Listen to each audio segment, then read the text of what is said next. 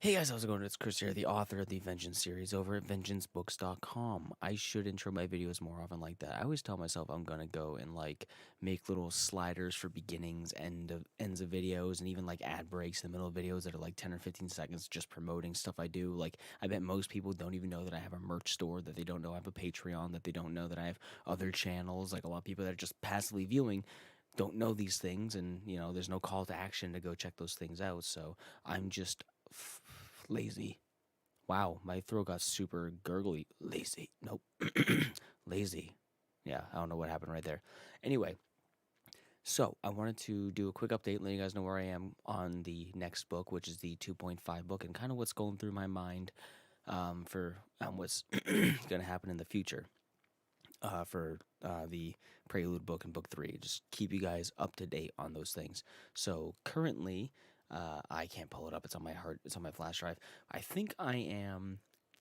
Uh, I think I'm on page like 110 of actual written stuff, like not just notes and not just blueprints. Like actually, I've written up to pages like 110, a little over 100.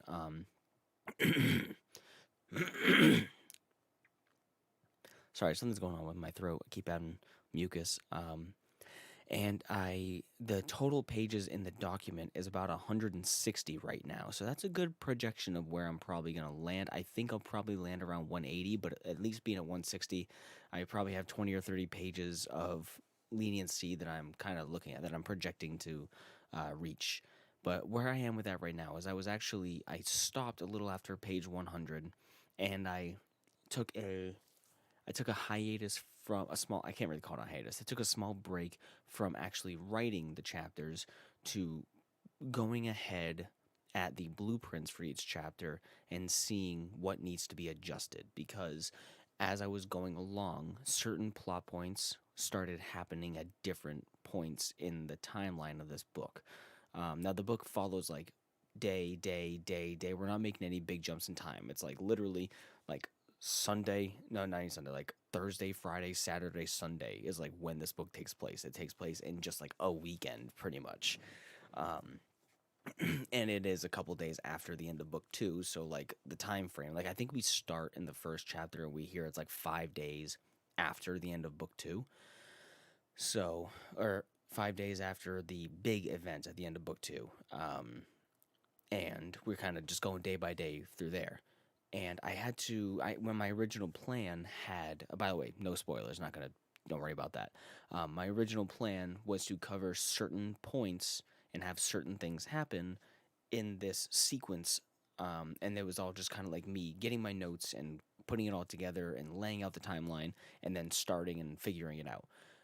Last time when I did that whole blueprint thing before I actually started writing, I hadn't figured out the last like 25% of the book. It was still kind of vague. It was still just some half-baked ideas. I didn't know what I was doing. Like the main thing I wanted to happen that was going to like start to close the book, like the beginning of the end of the book, the last 10 pages or whatever have you. I had just the concept of it, but I had no idea what the context of it was going to be. The dialogue, the descriptions, the scene, the where it takes place, when it takes place. I didn't have any of that figured out. It was just like, yeah, and then this is going to happen, and then the end. So that's where I was.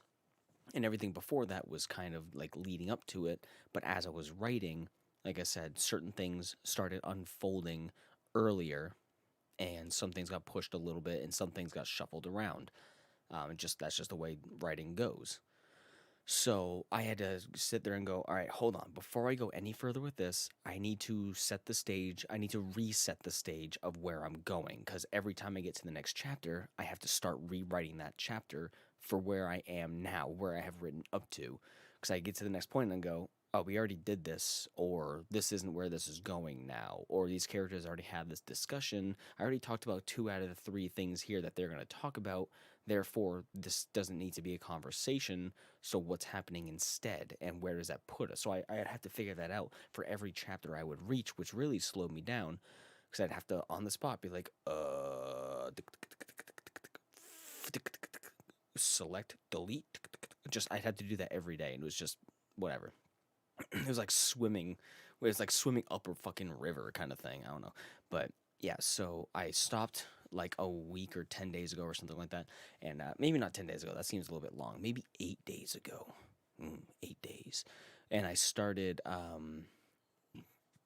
Excuse me, burping. I started burping. That's what I did. Yeah, I started just checking out what each chapter was projected to be, and then I just started rewriting each chapter, reorganizing, and got it all situated. And all I have left, I believe, is an epilogue. I didn't have an epilogue in my first draft, my first blueprint draft, but I always like to have those epilogues because I like, my epilogues oftentimes break away from the character we have been following to show a different character or a different scene to set up something else. So, like at the end of book one, we jump away from our main character and we go and look at these other characters, and that implies and leads right into it. Gives you an idea of like, oh, that's what we're starting in book two. At the end of book two, what was the epilogue in book two?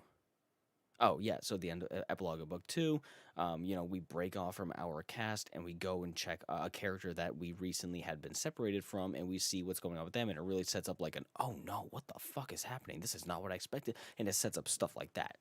The end of this one's not going to be so dramatic, and it might not seem crazy relevant, but I'm also torn because I have two epilogues in mind. Okay, um, one of them is where we just jump into a character we saw before, and we see what they're doing, and we're essentially seeing them.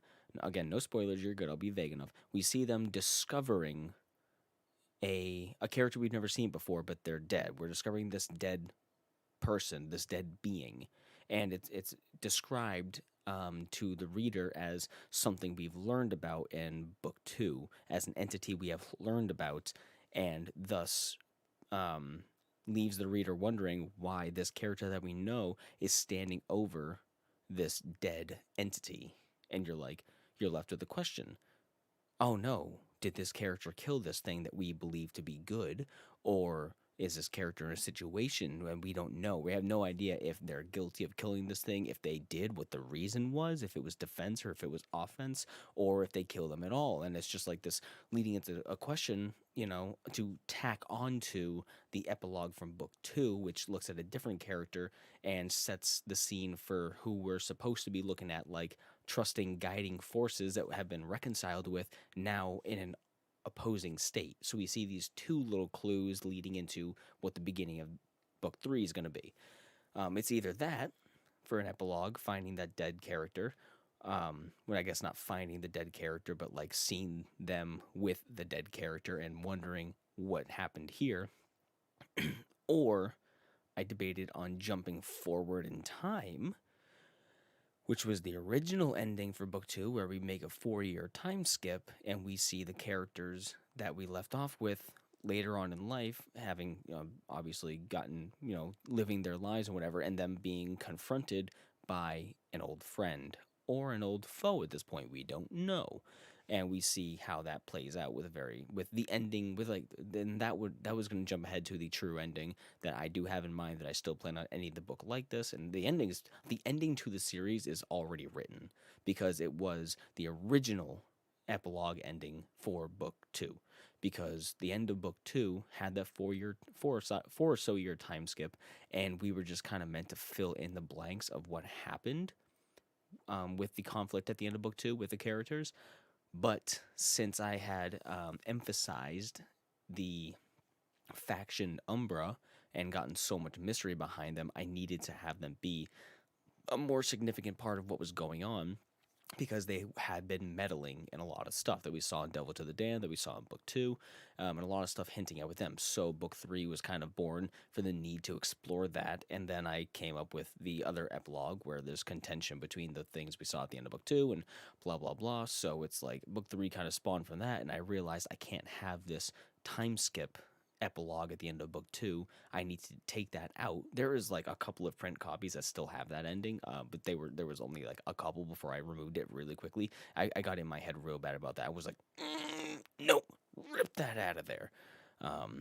And yeah, so whoever has one of those copies has the literal end to the series, and the reveal that happens at the end of that. So anyway, yeah, and I don't think I'm gonna do that time skip, because the time skip essentially would be setting up that final scene but cutting it short before we see what's going to happen. You're just left with like a whole like there's a character standing in front of our cast, and they're like, is that who is that? Do I recognize that person? And if so, them being here only means one thing, or could only mean one thing: danger or something bad, and whatever. And it leaves you hanging on the what the fuck is going on with that. But I'm not going to do that time skip thing just because I'm already planning on jumping ahead in time at the end of book 3 and doing that, which isn't a spoiler. It's because we're not joining the same cast of characters, so you're not going through. I'm not telling you that book 3 is like, oh, these characters are going to survive book 3. It's like we already know that they have already survived. This story doesn't have anything to do with them. It's a different set of characters that converge and meet. So meet again, rather. So anyway, all that to say, I just have to script out the epilogue, which would be pretty short. I think it would be 5 or less pages. Wouldn't need to be much more.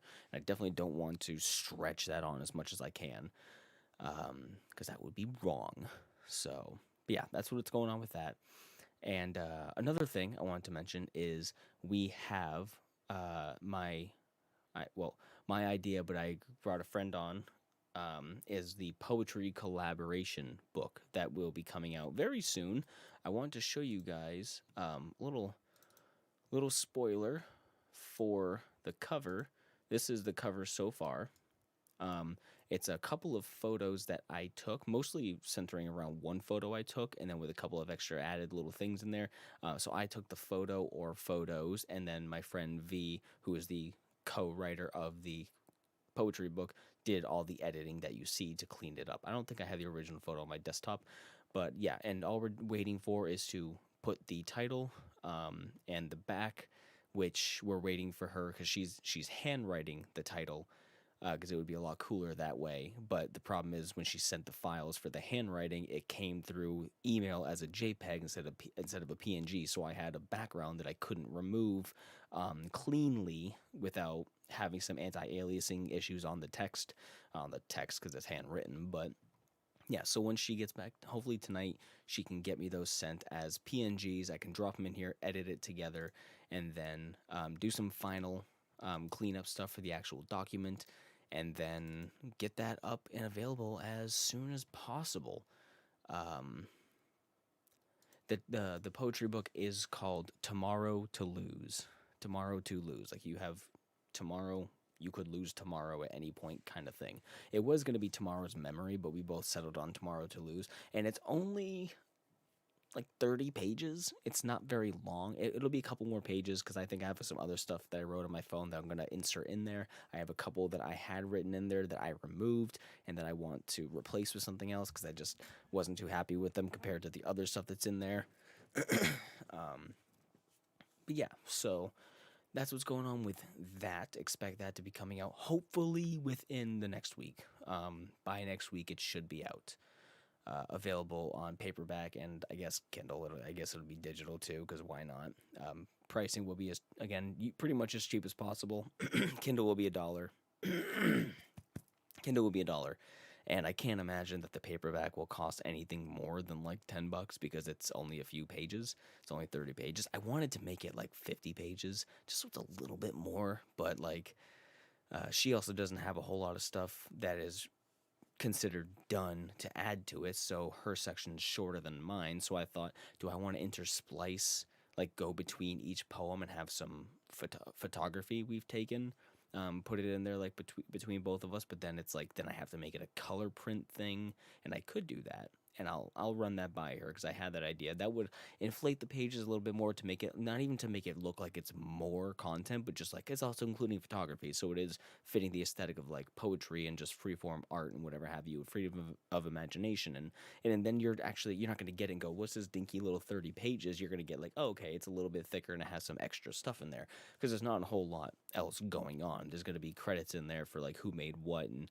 whatever have you, but it's not substantially big. I thought there was something else I wanted to mention real quick. Let me think about that.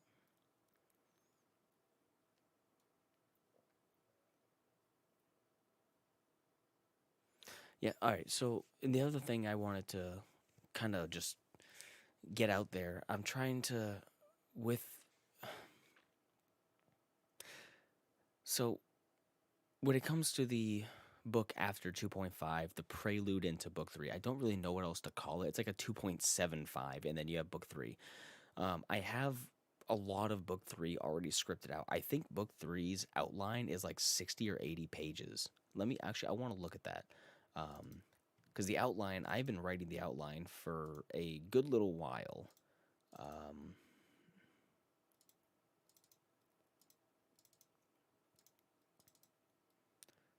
book 4, I think I called it book 4 because I was thinking about making this book 3 or whatever.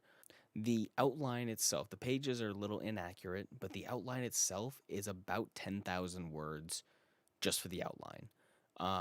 And it looks like right now it's sitting at, I think it looks like it's sitting at 16 chapters, but it's definitely going to be more than that. That's just what I have currently until some chapters end up being longer and splitting into two and whatever have you. So I'm projecting 25 or so chapters, aiming for about 300 pages for it. But, we'll see how that all shakes out. But, like, this is just like a first draft blueprint of what I have. And again, that's 10,000 words. So what I'm trying to figure out is how I'm going to prelude into that, because the intro for this is already kind of written out. But I think, and maybe, because if I have it as it's going right now, I'm only at probably 200 to 230 pages if I just write and expand upon what I have now. If I include the prelude book that I would want to do as part of book 3, then I could actually stretch it out to the length that I'm projecting at like 3 or so hundred pages. But I am worried that it's going to be too long and too confusing because we're not following. um it's not very direct. I was debating on doing that as a poetry book, but I'm not sure how that would shake out. I don't think I'm going to do that. I like the idea of it, but I don't think it would work how I think it would. um so maybe I just include it as the actual beginning, like the first, let's say, oh man, if the first 3 or 4 chapters. That seems long, though. I mean, book one took forever to get started, but it was building characters. What we're seeing in the beginning of this is like, without spoiling, it's like collecting things. It's the character we're looking through, the eyes we're looking through, is very auspicious and very abstract in concept. Like, we're not looking at them going like, I, me, mine, me, this character. Like, let's just say, me am Doug and me am do Doug things and going about doing Doug business. It's like, digging through the remnants of lost, fractured artifacts that once dwelled in my mind. I reassemble the pieces that can create even just the small sliver of what I once was, and I have a trillion more slivers to put together until I can finally assemble a shape that mirrors what I think I look like. It's that. So, and it's a lot of shit like that. So we're kind of bouncing around scenes in that way. And think of it kind of like Devil to the Damned if you read that, where if you didn't read that, I don't know why you're, if you, I don't know what you're doing, but read it. After you read the other books, if you think about it like Devil to the Damned, and how small, not really a spoiler, but how Chrism was kind of like hopping around through lapse in time and perception, and we see like a little bit of like an abridged timeline of what she's doing, but it still makes sense in like a canonical sequential way. It would be kind of like that, but you're not grounded in the character. You're still kind of like confused as to who we're looking at. You're going to get clues because you're going to see scenes from other books as we witness those things, and you're going to be able to put together context clues of kind of whose lens you're viewing it through, and then but you're still going to be confused. I think it's going to be like one of those things where it's made for the people who have read like pretty much everything, who the ones who are dedicated to getting to the end of this story in its entirety. Like for the people who read book one, Transgression, Devil to the Damned, hell, Impurity, Hebuloma, I'm probably going to have some stuff going on in there that's going to reference back to that. And instead of the people who just read book one and book two, you're going to be a little bit confused at like not only what you're seeing, but how it's portrayed. And then after we get through that long intro, we will see we will join our character as we would be expecting to see them at from what we saw in the epilogue of book 2. Are you following me? So I don't want that beginning part to drag on super long, but I need to be able to convey what I'm trying to convey. But who knows? I'm probably just overthinking it. I can probably tell that 2.75 story at the beginning of book 3 instead of doing a 2.75. I could probably tell that part of the story relatively quickly in just 25 pages. I could probably do that, but I might want to stretch it to 40 pages just to make sure that I get everything I need to, that I reference back to everything I need to. But who knows?